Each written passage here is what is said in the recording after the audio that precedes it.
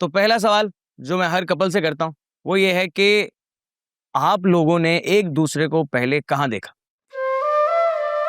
बचपन में। एक्चुअली हमारे पेरेंट्स एक दूसरे के दोस्त हुआ करते थे, तो इसलिए हमारा मिलना जुलना रहता था। And to be honest with you, मुझे ना एनी के घर जाना बहुत अच्छा लगता था, लेकिन आई डोंट नो व्हाई मुझे क्यों इग्नोर किया करती थी।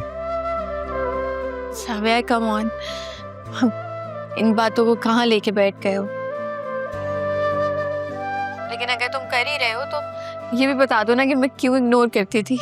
क्योंकि तुम्हें मेरे साथ गेम्स खेलना पसंद नहीं था, इसलिए। हाँ, तो मैं अपने लड़कियों के ग्रुप में तुम्हें ऐड नहीं करना चाहती थी, और टू बी ऑनेस्ट इसका कोई भी मेल फ्रेंड नहीं था। बोल, दिखता भी है। You know why?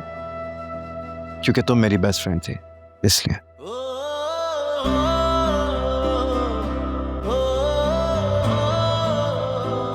Okay guys, आप दोनों को देखकर ये लगता है कि आने वाला 1 घंटा बहुत इंटरेस्टिंग होने वाला है। तो इस 1 घंटे को और इंटरेस्टिंग बनाने के लिए एक जॉली क्वेश्चन, आप दोनों में ज्यादा बेसब्रा यानी कि लाउड कौन है?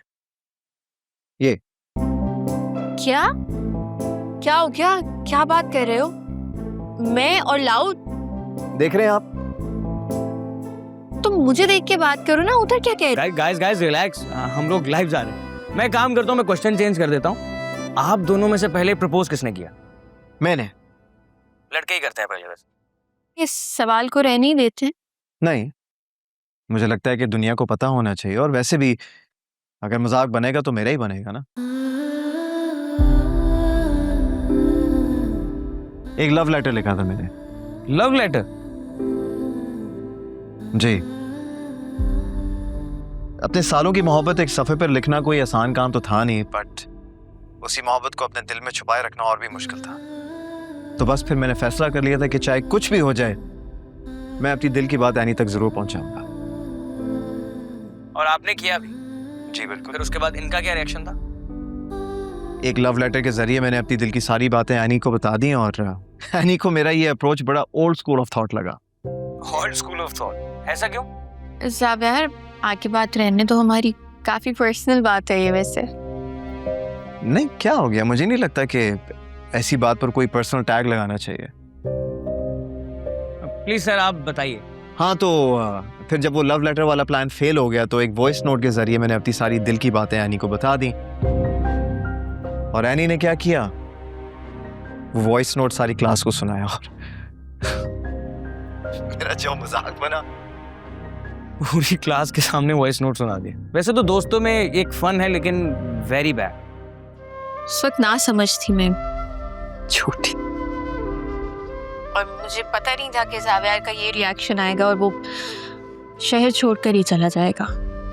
उस लेटर और वॉइस मैसेज की वजह से आपने वो शहर ही छोड़ दिया। And I am sorry to say Miss Annie, आपने मिस्टर ज़ाविया सिकंदर जैसे गुड लुकिंग और बिलियनियर शख्स को रिजेक्ट कर दिया। क्यों? कहने का क्या मतलब है आपका? ऑब्वियस ही बात है कि मिस्टर ज़ाविया सिकंदर जैसे अमीर और रईसजादे को कौन रिजेक्ट करेगा? आपको लगता है मैं ज़ाविया के साथ उसके पैसे के लिए हूँ या उसकी प्रेजेंस की वजह से? मिस एनी, मुझे ऐसा नहीं लगता, लेकिन इस वक्त पूरे पाकिस्तान को ये लगता है कि आपने इनसे शादी सिर्फ और सिर्फ पैसों के एवज की।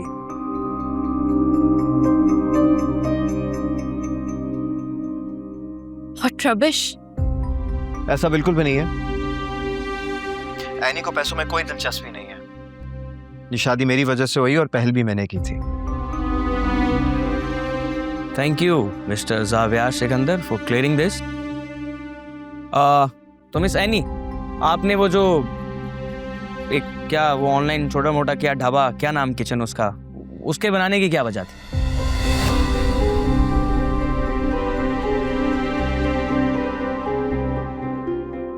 ये आप मुझसे किस तरह से सवाल पूछ रहे हैं? मैं समझा नहीं, आई एम सॉरी। आप ज़ाविया को बिलियनियर कह रहे हैं, वो जब जवाब देता है तो आप थैंक्स करते हैं, और मुझे आप ढाबा गर्ल कह के बुला रहे हैं।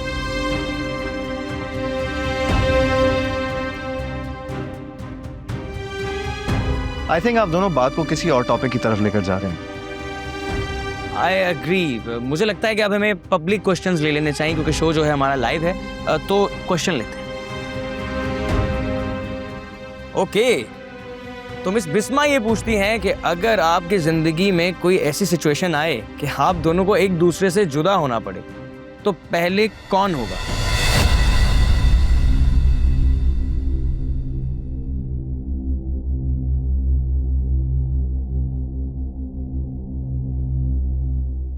ऐसी नौबत ही नहीं। मैं ये डिसीजन ले लूंगा।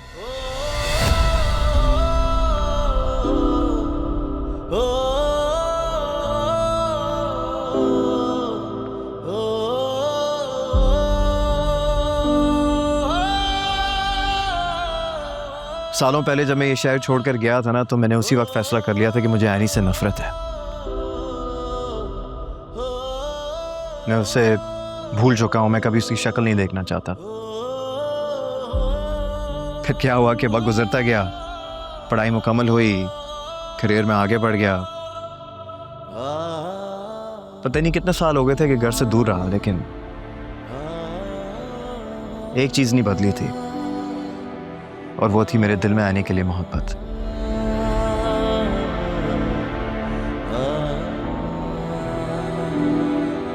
ना चाहते हुए भी मैं एनी को भुला नहीं पाया और ना उससे मोहब्बत करना छोड़ सका।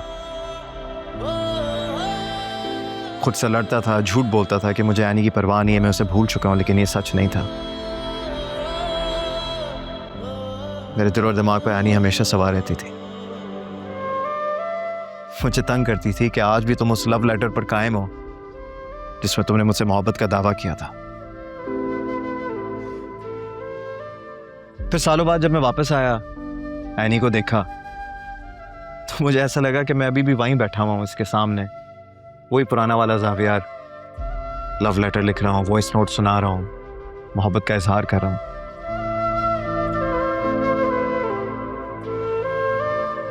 दिखावे की नफरत मैंने पूरी की थी, लेकिन अपने दिल से आने के लिए मोहब्बत कभी मिटा नहीं सका।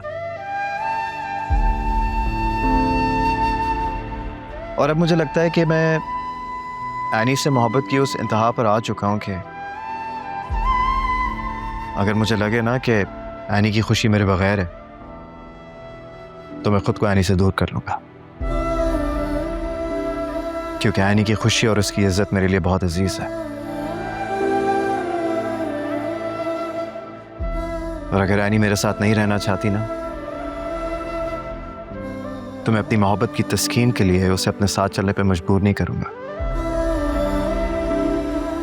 लेकिन हाँ, इसका हरगिज ये मतलब नहीं है कि मैं एनी से अपनी मोहब्बत जारी नहीं रखूंगा। बस ये एक वाहिद चीज है जिसमें मैं अपना इख्तियार खो चुका हूं। और आपका ये अंदाज और सवाल करने का लहजा मुझे बिल्कुल पसंद नहीं है। इंतहाई गलत और फजूल तरीका अपने गेस्ट से बात करने का। देखिए मिस्टर ज़ावियार, मेरा कहने नहीं, आपको क्या लगता है कि अपनी शो की रेटिंग बढ़ाने के लिए आप किसी भी गेस्ट को बुला के उसकी इंसल्ट करेंगे? Is that how you treat people?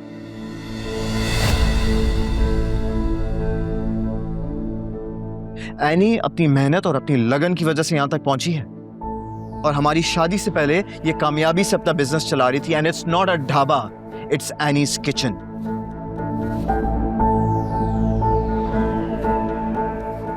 लेकिन मिस्टर ज़ावियार सिकंदर, मेरे कहने का वो मतलब आप माफी मांगे अभी और इसी वक्त।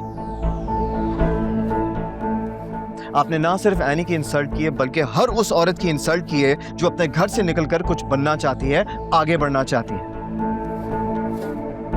आप एनी के साथ साथ हर उस औरत से माफी मांगेंगे जो खुददारी से अपनी जिंदगी गुजारी है और गुजारना चाहती है। खबरदार जो किसी ने कैमरा बंद करने की कोशिश की, ये सब लाइव जाएगा, वरना मैं तुम लोगों का वो हाल करूंगा जो तुम जिंदगी भर याद रखोगे। आप लाइव माफी मांगोगे। मैंने तुमसे कहा था ना कि मेरे होते हुए भी कोई भी तुम्हें एक लफ्ज भी कहे ना, मुझे मंजूर नहीं है। मैं हमेशा तुम्हारे साथ हूं, ये याद रखना। मिस्टर ज़ावियार सिकंदर, आप मेरी बात समझने की कोशिश करें। मेरा कहने का वो मतलब नहीं था, फ्लो में मैंने बोल दिया। माफी मांगो। देखिए मैम एनी, अगर आपकी और देखने वाले किसी भी शख्स की मेरी वजह से कोई दिल आज़ारी हुई है तो मैं उनसे माफी मांगता हूँ, and I am sorry for that. It's okay.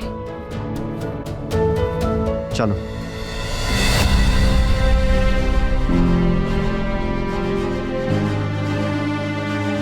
Sir, आप मेरा यकीन करें, सर आप मेरी बात तो सुने, बिलीव मी, मैंने जावियार साहब को रोकने की पूरी कोशिश की, उनको इंटरप्ट करने की भी कोशिश की, लेकिन शो लाइव था, हम नहीं कट कर सके। तुमसे बड़ा बेवकूफ इंसान मैंने आज तक जिंदगी में नहीं देखा। उनकी लड़ाई करवाने के बजाय उनका पैचअप करवा दिया और लाइव माफी मांग ली। You idiot. सर मैं जहाँ जितना कर सकता था मैंने किया। अगर मैं उस वक्त वहां पर सॉरी ना करता तो मेरा शो बंद हो जाता और पूरे मुल्क की औरतें मेरे घर के बाहर आकर धरना करने लगती। ओ शट अप, ये एक्सप्लेनेशन मुझे मत दो। और हाँ, बाकी के पैसे भूल जाओ, तुम 1 टका नहीं मिलेगा तुम्हें। सर हमारी डील हुई थी सर, आप पीछे नहीं हट सकते। I don't give a damn about your deal. तुम जैसे इंसान उस कवे की तरह होते हैं जो सारी उम्र कंकर उठाते रहते हैं लेकिन कुआं नहीं भर पाते। यूजलेस। हेलो,